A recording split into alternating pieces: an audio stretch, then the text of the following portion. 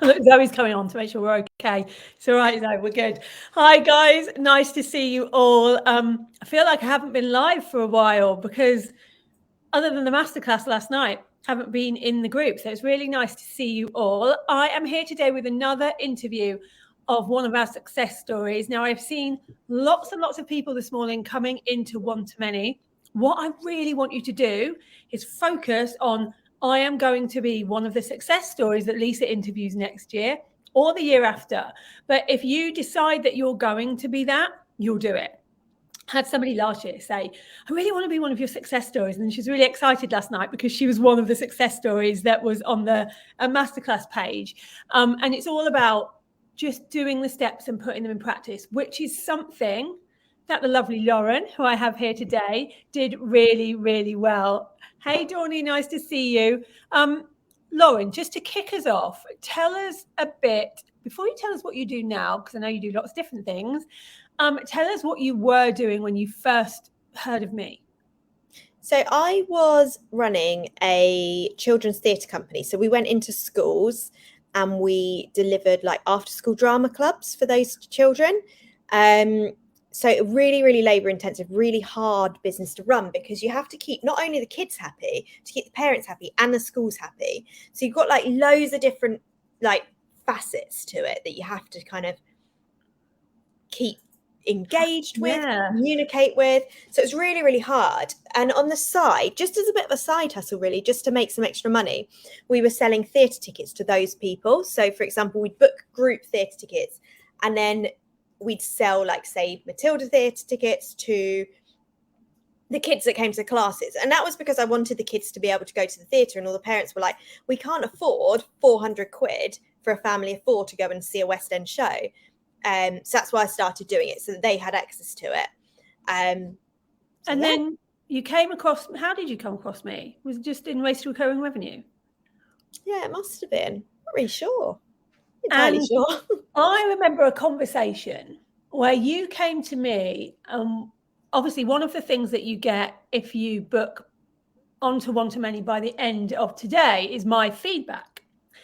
And that was kind of valuable to you, wasn't it? Tell us what happened.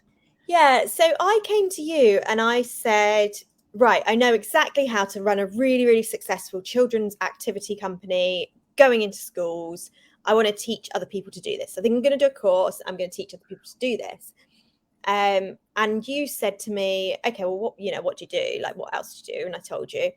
And you said, but you need to start a membership. And I was like, right, a membership for children's activity providers. And this is what I'm going to do. And you were like, no, start a membership for people who like the theatre. And I was like, no, that'll never work. It'll never work. People won't pay for that. It's never going to work. And it worked. And how much money have you made from that theatre membership since you started it? I'll tell you. Get your account up. 3.08 million. Okay, so over 3.1 million from something that you weren't going to do because you thought it would never work. And this is why feedback is so valuable, because I could see the potential in doing that. And actually, when you started that theatre membership, then what happened was COVID happened. And both of us had a little panic about your business when COVID happened. But it actually continued, didn't it? Yeah, so COVID was really fun for anyone who worked in the theatre. So we had a relaunch of the membership on the 1st of March, and it was the biggest relaunch we'd done to date.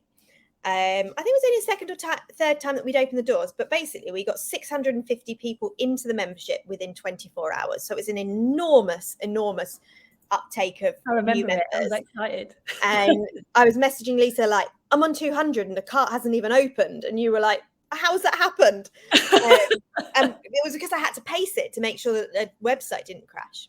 So we had 650 people come in the 1st of March, and I think it was the 18th, 19th of March we went into before we went into lockdown, Boris went on the telly and did what we all really, really loved, and he said, I would advise you not to go on cruises or go to the theatre. Yeah.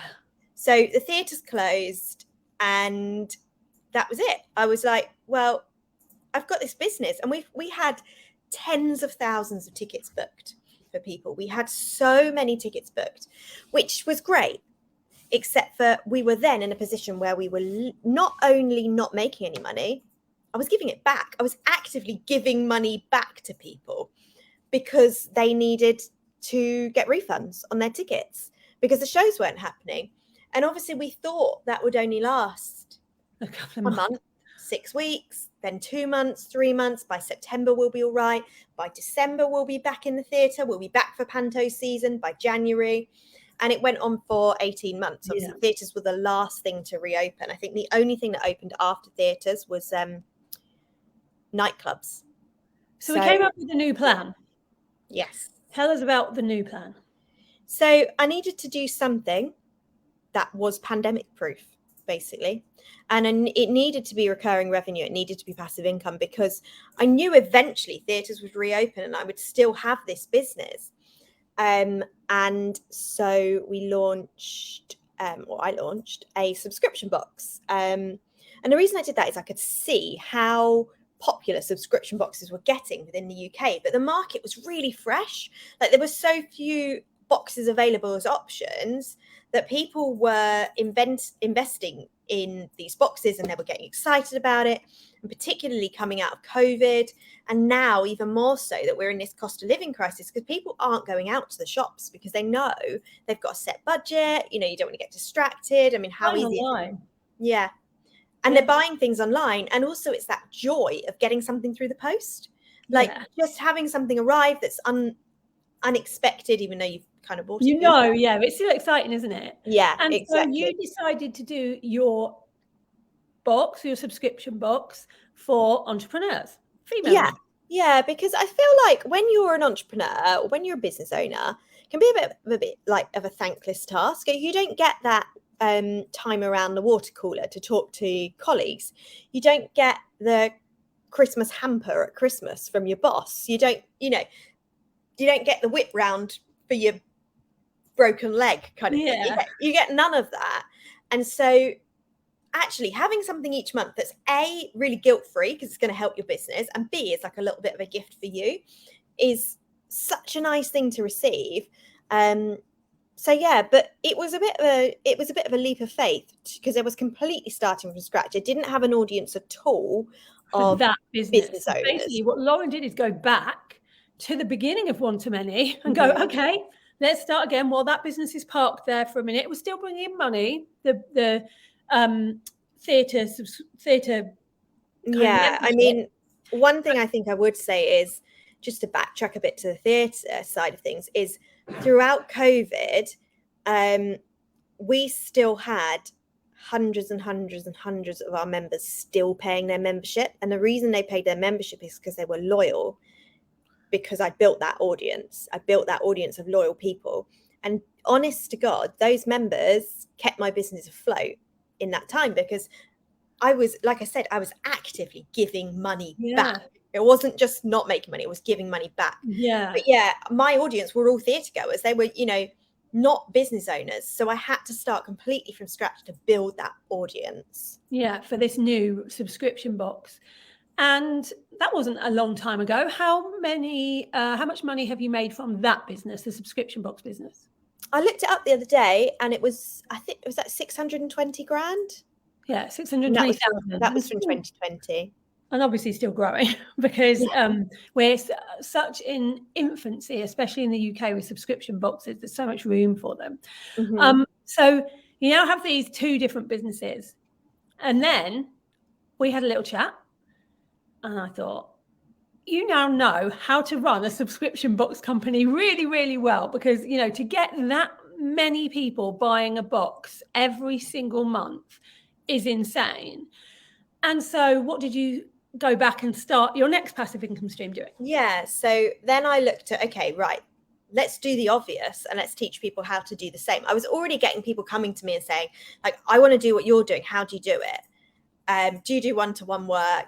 All these kind of questions. And I was like, so there's definitely a market here for it. And so, I launched a course called Tick All the Boxes.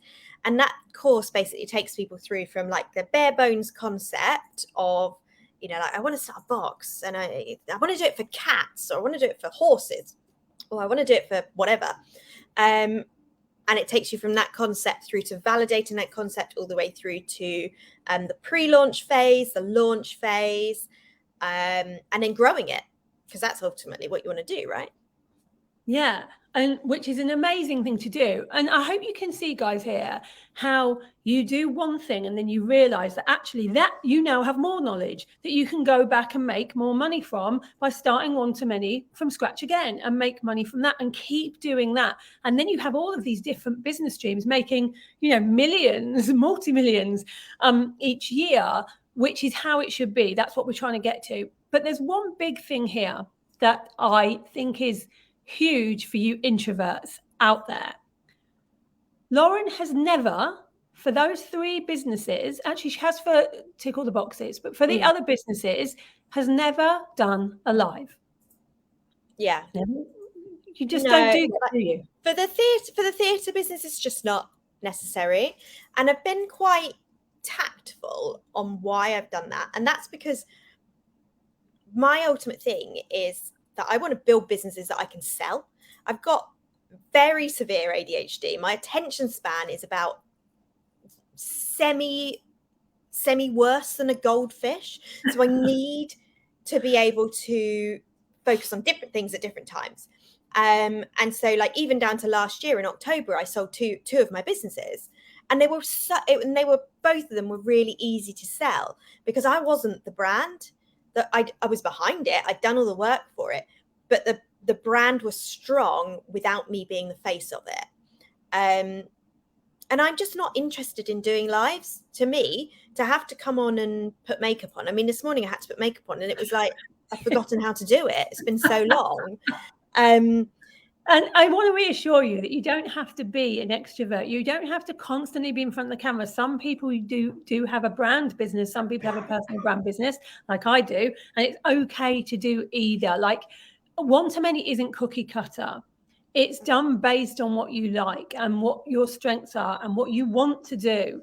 And yeah, we have a lot of people who are neurodivergent in there, ADHD, all sorts of different ways of being neurodivergent. And so people learn differently and people also want to do things differently, and that's okay. It's all right to do it that way. And Lauren just had a surprise. If you've seen her write in Most Recurring Revenue, Lauren just had a baby. How did having passive income help you through that? Well, it became less of an like passive income, you can see as an extra, but when I got pregnant, it became an essential because I had a really, really difficult pregnancy. Like I got to the point where my mum was taking me to the hospital because that's the only place I went for 9 months. My mum was taking me to the hospital one day and she went, well, the only thing you haven't got now is preeclampsia. And I was like, oh my God. And actually that was the only thing in pregnancy, pretty much of all the common pregnancy things that I avoided. I had everything. I was virtually bedbound for most of my pregnancy. I'd make it into the office like 50% of the week on a good week. Yeah.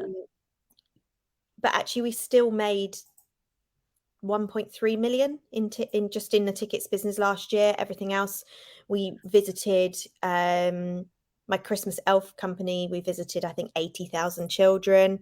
Like we still had everything ticking over, and it's because I had the passive income in place. It was completely game changing, and thank God I did, because you just don't know what's coming around the corner. Like I didn't expect to get pregnant.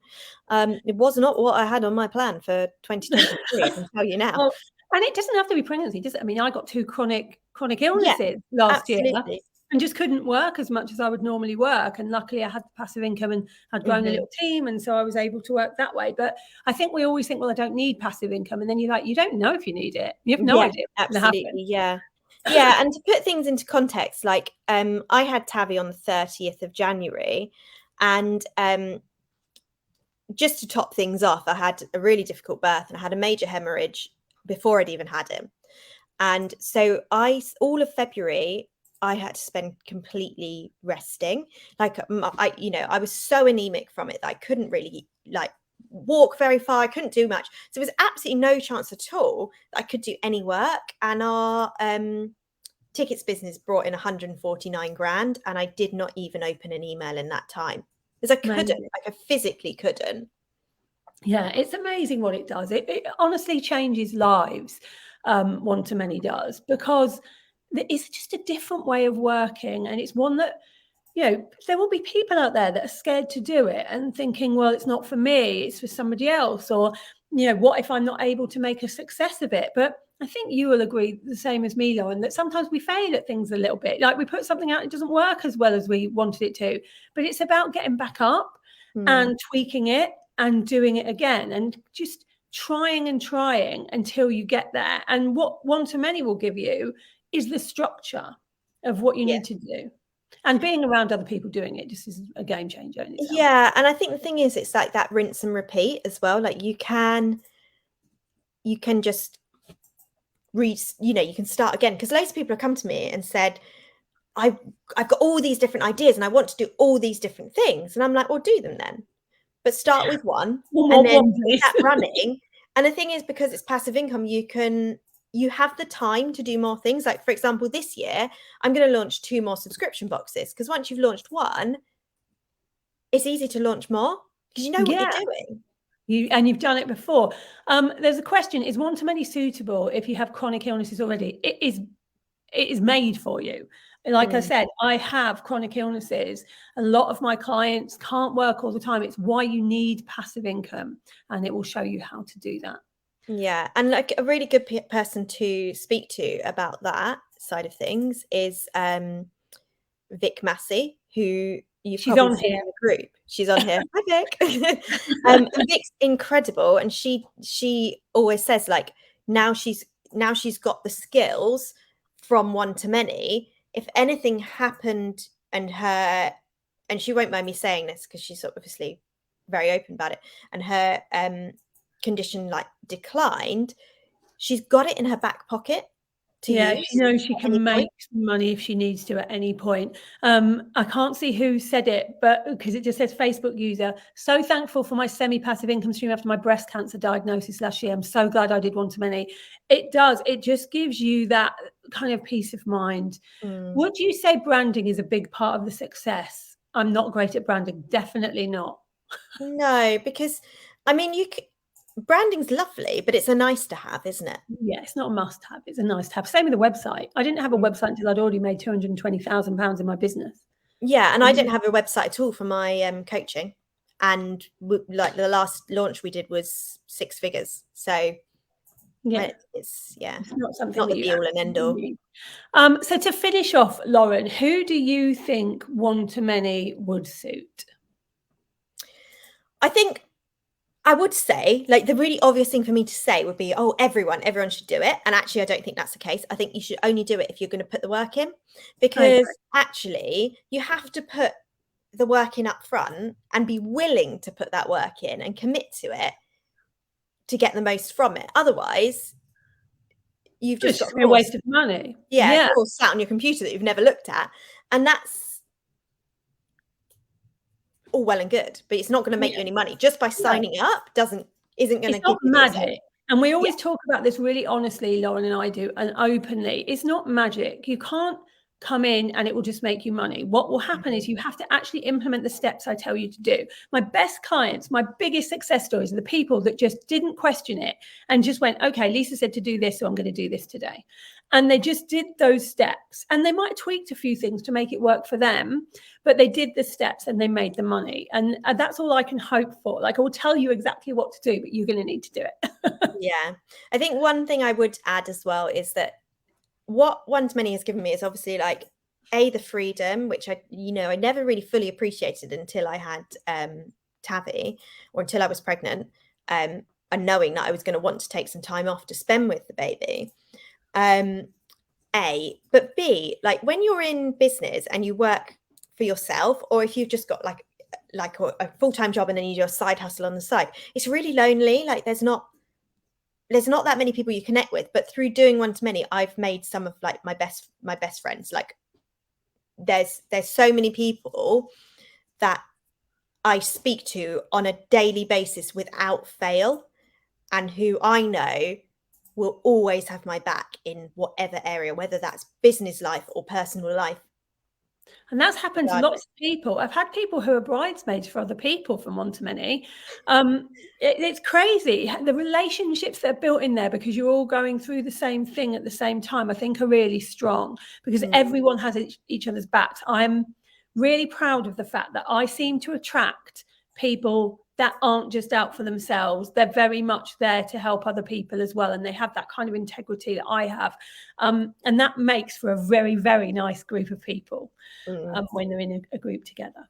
Yeah. And I don't think you can put a price on that ultimately. You can't. How many hours per week do you need to put into one-to-many, would you say? Well, the sessions are an hour. And then I think realistically, you want a couple of hours extra each week to do the work. And actually, you're better off putting that time aside each week and doing it as you go so that you're not going, right, well, I'll just catch up. I'll do all of that together in week 4, because then you're just going to be chasing your tail. And it's a horrible feeling when you're chasing your tail, but you have lifetime access, but it is good if you can try and get the bits done each week.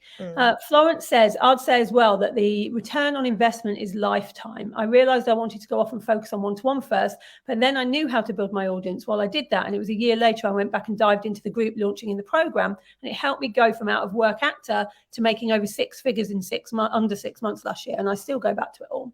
Yeah. That's the thing. It's always there, isn't it? Yeah. And it's just kind of like having it in your back pocket ready to go when, like, for example, like I said, we want to launch 2 more subscription boxes. And I have no doubt that I'll go back and I go, right, we're going to launch this theatre box. What do I need to focus on?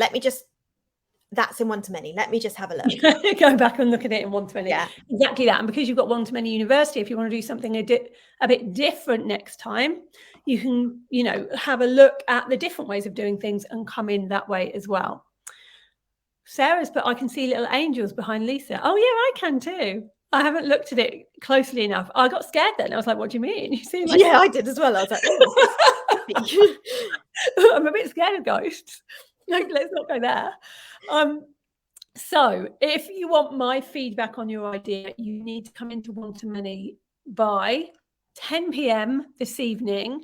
And also, if you pay in full, you do get Lisa's lockup, which if you've seen on the sales page, it's kind of out of this world and is worth more than my entire course, because my lovely friends have given me their courses for you as well. So go and have a look at that. I'll put the sales page on here if you haven't seen it already. But I'm going to be back tonight with another interview, another success story. I hope you can see by all the success stories that we're talking about that this isn't just one of those courses that people sell you and there's fluff in it. People are getting results continuously on this program. And that's why so many people shout about it. Why so many people come in every year, because there's no reason that you can't change your circumstances. But to change your circumstances, you've got to make a change. You've got to be the one that puts some action in. So yeah, mention lunch and learn. Oh yeah, there's going to be a lunch and learn. I think it's on Friday, but I can't really remember. Whoever's put that, mention it on the group for me. So yeah, I will see you tonight for the next interview. Any questions? Oh, it's on Sunday. Any questions, please put it in the group and I'll answer you. Lauren's in there as well. Somebody asked, is OTM the right place for a subscription box? Absolutely. Go speak to Lauren. Ask her. She's the person that did it. I'm sure she won't mind you messaging her. Yeah, drop me a message. I'm more than happy to answer. Like, anyone wants to drop me a message, I'm seriously craving adult conversation, so please do. And I will see you back in the group. But thanks for being here, guys. And thanks, Lauren, for joining me again. Thank you. See you soon.